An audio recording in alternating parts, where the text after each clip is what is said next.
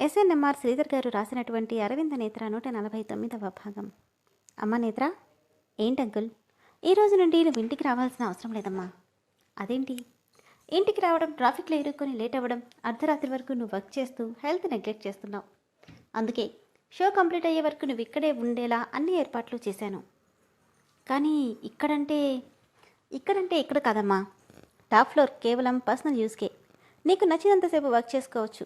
టైంకి భోజనం అందేలా అన్ని ఏర్పాట్లు చేశాను అనడంతో నిజంగానే వర్క్ ప్రెషర్ వల్ల సరేనంది నేత్ర. ఆ మాటలన్నీ విన్న నిఖిల్ ప్రకాష్ వెళ్ళిపోగానే, ఏంటక్క నువ్వొక్కదానివే ఇక్కడ ఉండడం ఏంటి? మరేం పర్లేదులే నిక్కి, నాతో పాటు ఇద్దరు మేట్స్ కూడా ఉంటారు. కానీ అక్క ఒక్కదానివి అంటే నాకెందుకో. సరే, ఒక పని చెయ్యి, నాన్నతో మాట్లాడి నువ్వు కూడా కొద్ది రోజులు నాతోనే ఉండడానికి ట్రై చేయి. కాసేపు ఆలోచించి సరేనన్నాడు నిఖిల్. కానీ నాన్నకేం చెప్తావురా? ఏదో ఒకటి చెప్పి మేనేజ్ చేస్తానులే అని చెప్పి వెళ్ళిపోయాడు. విక్రమ్, నేత్ర ఇంకా రాలేదేంటి? ఈరోజు నుండి తనకి రాదు. రాదా అంటే ఏముంది? ఇంటికి వస్తుంటే చాటపాకపట్టమంతా మొదలెట్టి తన మనసు మార్చాలని చూస్తున్నావు కదా. అందుకే షో కంప్లీట్ అయ్యే వరకు తను ఆఫీస్లోనే ఉండేలా డాడీ అన్ని ఏర్పాట్లు చేశారు. విక్రమ్, మీరు చేస్తుంది కరెక్ట్ కాదు. నా మాట విను. నేత్రకి అసలు విషయం తెలిసిన రోజున నీ మొహాన ఉమ్మేస్తుంది. అలా జరగకుండా దాన్ని ఎలా కంట్రోల్లోకి తెచ్చుకోవాలో నాకు తెలుసులే. నేను నేత్రతో ఒకసారి మాట్లాడాలి. కుదరదు. నువ్వే రకంగానూ తనతో మాట్లాడలేవు. తనే ఫోన్ చేస్తుంది. చేసినప్పుడు తన పక్కనే మేముంటాం కాబట్టి నువ్వు కూడా సైలెంట్గా ఉండి మన కంపెనీ టాప్ పొజిషన్లో ఉండాలని దేవుణ్ణి ప్రార్థించు అని చెప్పి వెళ్ళిపోతే, అయ్యో ఇప్పుడేంటి చేయడం? అన్ని రకాలుగా దారులన్నీ మూసుకుపోతున్నాయి. నేత్రకి అసలు విషయం చెప్పలేని పరిస్థితి. తన ప్రాణానికి ఏమవుతుందోనని చెప్పలేకపోతున్నాను. ఎట్టి పరిస్థితుల్లోనూ షో కంప్లీట్ అవ్వకముందే వాళ్ళ నిజస్వరూపం బయటపడాలి. కానీ ఎలా అనుకుంటూనే ఆలోచనలో పడింది లలిత. గుడ్ మార్నింగ్ అరవింద్ అంటూ లోపలికి వచ్చిన స్టెల్లాని చూసి, ఏమైంది? మొహమేంటి అలా ఉంది? ఏం లేదులే. తన కళ్ళలోకి చూస్తూ, ముంబై వెళ్ళావా? సైలెంట్గా తలొంచుకుంటే, నిన్నే అడిగేది. తలొంచుకునే అవునన్నట్టు తలూపింది. అసహనంగా, ఎందుకు? ఆకాంక్షకి ఏదో సంబంధం వచ్చిందని చెప్పింది. అందుకే డబ్బిద్దామని వెళ్ళాను. మీ నాన్న నేను మెడపట్టుకొని గెంటేశాడు, అంతేనా? కన్నీళ్లతో తల ఊపుతుంటే, మీ నాన్న లాంటి మూర్ఖుడి కోసం ఏడ్చి కన్నీళ్ళ విలువ తీయకు. అయినా అక్కడికి వెళ్ళొద్దని నీకెన్నిసార్లు చెప్పాను? నా వల్లే బాబూజీ ఇలా అయిపోయారు అరవింద్. ఆయన ఆరోగ్యం కూడా నా వల్లే దెబ్బతింది. అందుకే నేను షాడప్ స్టెల్లా. పిల్లల మనసుల్ని అర్థం చేసుకోలేని నీ బాబు లాంటి వాళ్ళు ఉన్నా ఒకటే, లేకున్నా ఒకటే. ఇప్పటికైనా వాళ్ళ గురించి పూర్తిగా మర్చిపోయి నీ కెరియర్ మీద కాన్సన్ట్రేట్ చేయి. నేను అలా ఉండలేకపోతున్నాను అరవింద్. ఎంత కాదన్నా వాళ్ళు నా తల్లిదండ్రులు. నాకు నచ్చిన దారిని నేను ఎంచుకుంటే నా వల్ల అవమానపడిన వాళ్ళు చాలా ఇబ్బందుల్లో ఉన్నారని అర్థమవుతుంది. కానీ ఏమీ చేయలేకపోతున్నాను. టైం వచ్చినప్పుడు కేవలం నువ్వు మాత్రమే హెల్ప్ చేయగలుగుతావు స్టెల్లా. ఆ రోజు నిన్ను మెడపెట్టుకుని బయటికి గెంటిన మీ నాన్నే నీ చేయి పట్టుకుని ఇంట్లోకి తీసుకెళ్తాడు. నిజంగానా అరవింద్? పరిస్థితులు ఎప్పుడు ఎలా మారుతాయో ఎవ్వరికీ తెలీదు. ఖచ్చితంగా ఆ రోజు వస్తుంది. రావాలని నేను మనస్ఫూర్తిగా కోరుకుంటున్నాను. Thank you Aravind, thank you so much అంటూ హక్ చేసుకుంది స్టెల్లా. ముందు నువ్వు ఏడు ఆపి ప్రాక్టీస్ చెయ్యి, లేదంటే షో పాడైపోతుంది. నవ్వుతూ, నేనుండగా నీ షోకి వచ్చిన నష్టమేం లేదులే అంటూ వెళ్ళిపోయింది స్టెల్లా. ఆఫీస్లో హెవీ వర్క్ ఉందని నైట్ డ్యూటీ చేయాల్సి వస్తుందని ప్రభాకర్ శైలజలకి నచ్చజెప్పి నైట్ టైమ్స్ నేత్రతోనే ఉంటున్నాడు నిఖిల్. కనీసం నేత్రతో మాట్లాడడానికి కూడా కుదరకపోవడంతో ఏం చేయాలో తెలియక సందిగ్ధంలో ఉండిపోయింది లలిత. ఇలా 15 రోజులు గడిచిపోయాయి. ఈ 15 రోజుల్లో ఒకరికొకరు ఒక్కసారి కూడా ఎదురుపడలేదు అరవింద నేత్రలు.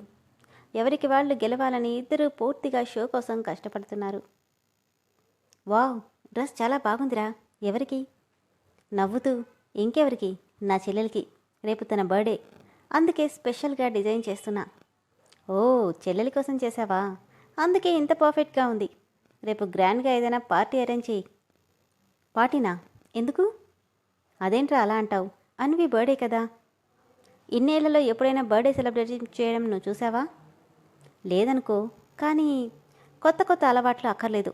పొద్దున్నే కాల్ చేసి విష్ చెయ్యి, సరిపోతుంది అంటుంటే, దుర్మార్గుడు, వీడు మారడు అనుకున్నాడు ఆనంద్. ఉదయాన్నే కళ్ళు నిలుపుకుంటూ నిద్రలేచిన అన్వితకి ఎదురుగా white shirt, black pant, in shirt చేసుకుని హ్యాండ్స్ ఫోల్డ్ చేసుకుని నిలబడి ఉన్న అరవింద్ని చూడగానే ఉలిక్కిపడి లేచి కూర్చొని టైం వైపు చూసింది. అప్పటికే టైం 7 దాటిపోవడం చూసి బెడ్ దిగి, సారీ అన్నయ్య, అసలు మెలకువ రాలేదు, నిద్ర పట్టేసింది, రేపటి నుండి త్వరగా లేస్తాను అని కంగారుగా చెప్తుంటే సీరియస్గా తనని చూస్తూ దగ్గరికి వస్తున్నాడు. రేపటి నుండి త్వరగా లేస్తానన్నయ్యా అని తడబడుతూ చెప్తుంటే దోసిట్లో ఆమె ముఖాన్ని తీసుకుని హ్యాపీ బర్త్డే బంగారం అనగానే, ఈరోజు నా బర్త్డేనా? అవును కదా, మర్చిపోయాను అంటూ అరవింద్ చేతుల్ని పట్టుకొని థ్యాంక్ యూ అన్నయ్య అని నవ్వుతూ చెప్పింది అన్విత. అన్విత నుదుటి మీద ముద్దు పెట్టి, గాడ్ బ్లెస్ యూ డార్లింగ్, నువ్వెప్పుడు ఇలా నవ్వుతూనే ఉండాలి, పొరపాటున కూడా నీ కళ్ళల్లో కన్నీళ్ళనేవి రాకూడదు, సరేనా అని ప్రేమగా చెప్తుంటే, నువ్వుండగా నాకు కన్నీళ్ళు ఎందుకు వస్తాయన్నయ్యా? తన నుదుటిని ఢీకొట్టి తను స్పెషల్గా ఆమె కోసం డిజైన్ చేసిన డ్రెస్ని తన ముందు పెట్టగానే ఆత్రంగా దాన్ని ఓపెన్ చేసిన అన్వితకి లావెండర్ కలర్కి సిల్వర్ కాంబినేషన్లో రాయల్ లుక్తో ఉన్న లహంగాన్ని చూడగానే, వావ్ అన్నయ్య, ఎంత బాగుందో, నువ్వే డిజైన్ చేసావా? నవ్వుతూ అవునన్నట్టు తలూపాడు. చాలా చాలా నచ్చిందన్నయ్య, ఎంత బాగుందో అంటూ దాన్ని పట్టుకొని రౌండ్గా తిరుగుతుంది.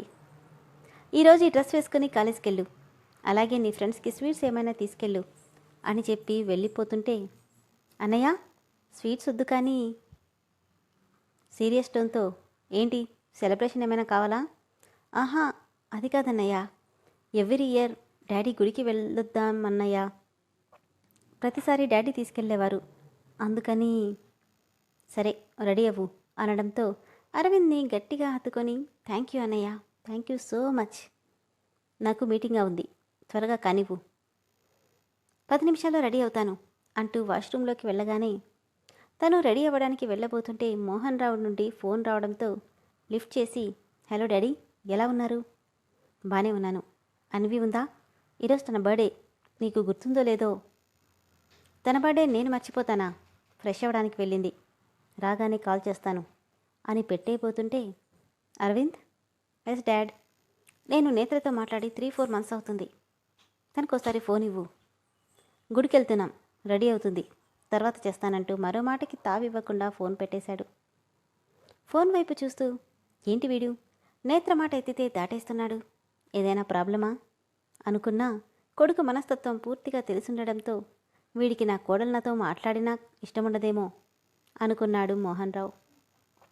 మరోవైపు ఈరోజు అన్వితని ఎలాగైనా ఒకసారి కలవాలి, కానీ ఎలా, ఏం చెయ్యాలో ఏంటో అనుకుని గుడికి వెళ్ళి తన పేరును అభిషేకం చేపిస్తే ఎటు అటువైపు నుండే వెళ్ళాలి కాబట్టి అన్విత కనిపించే ఛాన్స్ ఉంది అనుకున్న నేత్ర గబగబా గుడికి బయలుదేరింది. అన్వి రెడీనా అంటూ హ్యాండ్స్ ఫోల్డ్ చేసుకుంటూ బయటకు వచ్చిన అరవింద్కి, అయిపోయిందన్నయ్యా అంటూ లెహంగాలో ఏంజెల్లా కనిపిస్తున్న అన్వితని కంటి నిండుగా నింపుకుంటున్నాడు. ఎలా ఉన్నానన్నయ్యా? బాగున్నానా? చాలా బాగున్నావు, టైం అవుతుంది పద అంటూ తనని తీసుకుని గుడికి బయలుదేరాడు అరవింద్.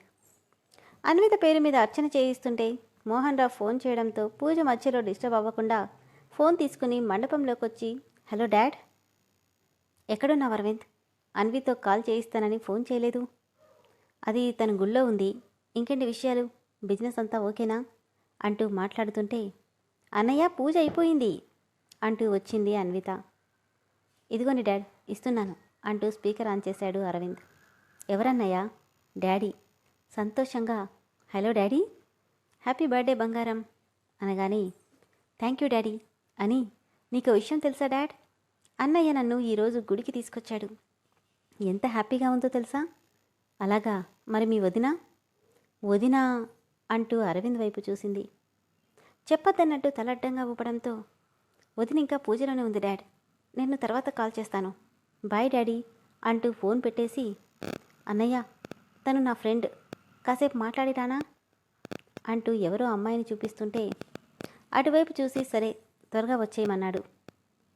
సరేనంటూ తను వెళ్ళిపోతే మెయిల్స్ చెక్ చేసుకుంటున్న అరవింద్కి సడన్గా ఎవరివో అడుగుల చప్పుడు వినిపించడంతో గల్లుమని మోగుతున్న అందరి సవ్వడికి తన గుండె సవ్వడి తనకే స్పష్టంగా వినిపిస్తుంటే గట్టిగా కళ్ళు మూసుకున్నాడు అరవింద్.